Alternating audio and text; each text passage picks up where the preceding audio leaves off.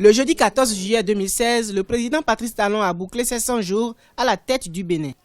Investi le 6 avril 2016 dans ses fonctions, le chef de l'État a formé dans la même journée son équipe gouvernementale.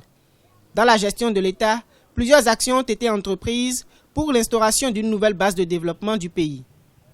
Il s'agit entre autres de l'installation de la Commission des réformes institutionnelles, de la mise en place effective des 12 préfets des départements du pays, de l'implication personnelle du chef de l'État dans le règlement de certains conflits ou encore de l'annulation des concours de 2015.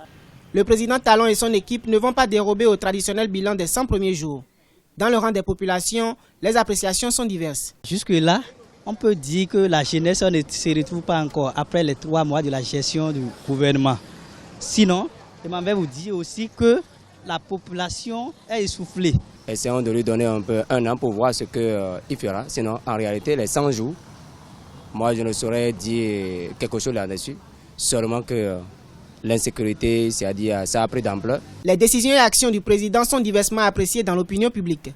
Elles trouvent grâce aux yeux d'une frange de la population qui estime que le président de la République et son équipe ont démarré un chantier important, celui de la restauration des valeurs. Pour les 3 mois, le gouvernement a fait montre d'un courage politique dans la prise de certaines décisions.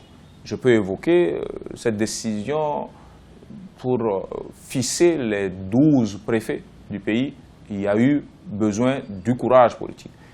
Aussi du courage pour les décrets qui ont été rapportés, donc retirés de la circulation, des nominations sur lesquelles le pouvoir est venu, des concours frauduleux que le pouvoir a courageusement pris la décision, disons, d'annuler.